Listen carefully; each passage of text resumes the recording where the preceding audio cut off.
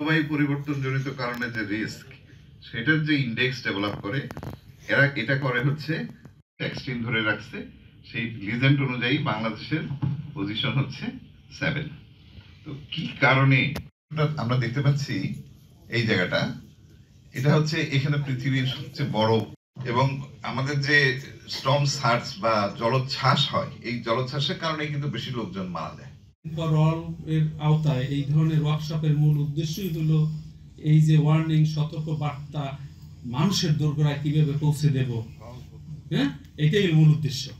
এবং এতে কি হবে, মানুষ উপকৃত হবে, জীবন জীবিকা যে বিপন্ন হয় সেটা হবে না, আমাদের রাষ্ট্র অর্থনৈতিকভাবে সমৃদ্ধ হবে। আমাদের টার্গেট তো তাই থাকা উচিত না? সবাই দেখেন, গতবার ফ্রান্সে এভার রেকর্ডেড মানে ক্যাজুয়ালিটি বাড়তে আছে সারা পৃথিবীতে। ওইসব দেশ প্রস্তুত না। তাদের ম্যাক্সিমাম ইউরোপীয় ব্লকের ফ্লোরগুলো থাকে কাঠের, ওয়াল থাকে কাঠের, ইনসুলেটর হিসেবে কাজ করার জন্য। এর ভিতরে যে অ্যামালগেটেড যে গাম থাকে, তাপমাত্রা বেড়ে যাওয়ার পরে ওই গাম গলে গেছে। এখন ঠান্ডা দেশ, গরম বাতাস ঢুকে গাম গলে গেছে, রাতে তারা ঘুমাইতে পারতেছে না, অনেক লোক মারা গেছে। কথা বলছেন, they have not prepared themselves with the changing character of the extreme temperature. পৃথিবী এইরকম উলটপালট হয়ে যাচ্ছে মানব সৃষ্ট কারণে বা অ্যানথ্রোপোজেনিক রিজনে, সেগুলো অন্য বিষয়টি। এখন এই কোল্ড ওয়েভের পাশাপাশি হিট ওয়েভের পজিশন দেখেন, আমরা 36 বা তার চেয়ে যদি বেশি হয় তখন আমরা তাকে তাপ প্রবাহ বলি। আপনি নিশ্চিত থাকেন যেই ডিপার্টমেন্টের দায়িত্বে আছে ঠিকঠাক দেবেন। ধরুন একটা নৌকা ডুবি হইল, হয়তো একটা লোকাল এরিয়া লোকজন বললো ভাই নৌকা ডুবিতে 20 জন মারা গেছে। সিস্টেম হয়তো একটু সময়টা তথ্যটা সময় লাগবে, হয়তো একজন ইনস্ট্যান্ট বলে ফেলবে যে এখানে একটা গাড়ি অ্যাক্সিডেন্টে 10 জন মারা গেছে, এই বিষয়ে ওই রিপোর্টটাই দিবে, হয়তো আর 2 ঘন্টা সময় লাগবে। সে একদম একুরেট খবর নিয়ে আপনাকে জানাবে যে এখানে 2 জন বা 3 জন মারা গেছে, ওইটাই জেনুইন। কিন্তু এটা প্রায় দেখবেন। আর আরেকটা ইস্যু যে শুরুতে বললাম, এটাই যে তথ্য আবহাওয়া অধিদপ্তর থেকে নেবেন। আর শামীম সাহেব যেটা বলেছেন, যদি আপনি ডিক্লেয়ার করে যে বিকাল 3টায় এই খবরটা আবহাওয়া অধিদপ্তর দিয়েছে, কারণ ঘূর্ণিঝড়টা যে বলেছেন যে 20 কিলোমিটার গতি, তার মানে যে একদম টানা গাড়ির মতো 20 কিলোমিটার ধরে অগ্রসর হচ্ছে। কোথাও 20-এ যেতে পারে, 10-এ যেতে পারে, স্ট্যাগনেন্ট বলছেন একটা পয়েন্টে স্পিন করতে পারেন। ফলে আপনি যে 3 ঘন্টা আবার ভাববেন যে 50 কিলো স্পিড না 350-150 কিলো গিয়েছে, নাও আগাইতে পারে, সে কিন্তু ওই জায়গায় বসে ওই নিজেই ঘুরতে থাকে। কাজ এরকম হইতে পারে। ফলে স্পেসিফিক কিছু বলার চেয়ে বেটার হচ্ছে ওই উনাদের যেটা আছে হুবহু যে বিকাল 3টায় এটা জানিয়েছেন, হইলে আপনার কিন্তু পুরো আর কোনো সমস্যা নেই। টাইম টেনিওর পার হয়ে গেছে। এখন খুচরা ম্যাটেরিয়ালস যেগুলো যদি বলি আমরা স্পেয়ার পার্টস, এগুলো আসলে अवेलेबल না। এইগুলোর কারণে আসলে এটা নন ফাংশনিং। ফলে এক্সাক্ট তথ্য পাওয়ার জন্য সরকারের প্ল্যানিং আছে ইতিমধ্যে।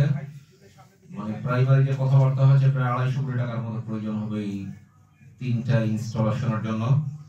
এটার জন্য একটা ছোটখাটো প্রজেক্ট আমরা নিয়েছি প্রাইমারি ফিজিবিলিটি স্টাডি করার জন্য। আর যেহেতু কক্সবাজারের দুর্যোগ একটু বেশি, তারপর পটুয়াখালীর অংশে বেশি, এবং মৌলভীবাজার বা সিলেট অঞ্চলে ফ্লাশ ফ্লাডের একটা সমস্যা আছে।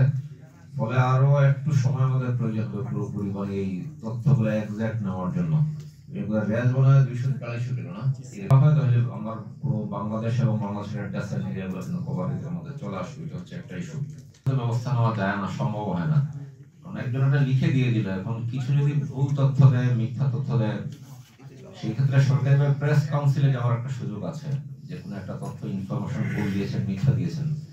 সাধারণত গভর্নমেন্টের লোকজন সাধারণত এগুলো আইন কানুন নিয়ে বা মানুষের বিরুদ্ধে মামলা মোকদ্দমা করে এই কাজগুলো সাধারণত জড়ায় না, বুঝছেন। অন্য অসংখ্য ইস্যুস থাকে, যে কারণে এগুলো হইলে তো অসংখ্য লোক অসংখ্য প্রকার ইনফরমেশন দিয়ে থাকে, সবগুলো হয়তো আসলে প্রপার না।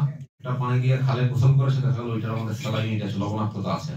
গোসল করে উঠলো, শরীরটা শুকাইলো, দেখা গেল শরীরের মধ্যে লবণ লবণ ভাব। তাকে আবার সুইট ওয়াটার নিয়ে কিন্তু তাকে আবার ক্লিন হইতে হচ্ছে। বাচ্চা শিশু যে জন্ম নিতে, এখন বেবি জন্মের হারও কিন্তু এই উপকূলীয় অঞ্চলে কিন্তু কমে গিয়েছে, এবং অনেক ফ্যামিলিতে এগুলোর কারণে কিন্তু অশান্তি তৈরি হচ্ছে। বাচ্চা হচ্ছে না মহিলাদের, কারণ কি? এই লবণাক্ততা, আবহাওয়া চিহ্ন অনেক কিছুই আছে। এবং বলা হচ্ছে একজন লোক যদি এক সময় জমির মালিক ছিল, এখন সে লেবার হিসেবে টার্ন নিয়েছে, কারণ যে জমি প্রোডাক্টিভিটি কমে গেছে, উৎপাদন নাই। বলে সে আগে নিজের জমির চাষ করেই নিজের খাওয়ার সংস্থান ছিল তার, এখন নিজের জমি চাষ করছে প্লাস অন্যের জমিতে আবার কাজও করছে, এগুলো প্রত্যেকটা ইফেক্ট আছে। তারপর বরিশাল অঞ্চলে গিয়ে দেখেন লোকজন কমে গেছে, কিন্তু আপনার জরিপ যেগুলো হয়েছে জরিপে দেখবেন যে মানুষ সারা দেশে কিন্তু বাড়ছে, কিন্তু কিছু বাংলাদেশের কিছু এরিয়ার মানুষ কমে গিয়েছে, জনসংখ্যা কমেছে। কারণ কি? হয়তো বসবাসের উপযুক্ত পরিবেশ কিন্তু নেই। আজ আপনি যেটা বলেছেন এটাও সত্য, কারণ ক্লাইমেট চেঞ্জের ইফেক্ট এটা কিন্তু সারা বিশ্বব্যাপী অনুভূত হচ্ছে। আর একটু আগে যেটা বক্তব্য এসেছিল জার্মান ওয়াচ মনে হয়, তারা তথ্য বাংলাদেশের অবস্থান সপ্তম। আর মানুষ যেহেতু প্রচুর, কাজে এটার ইম্প্যাক্ট কিন্তু আরো বেশি পড়বে। ফলে পরিবেশের দিকগুলো অ্যাড্রেস করা আমাদের প্রয়োজন প্রত্যেক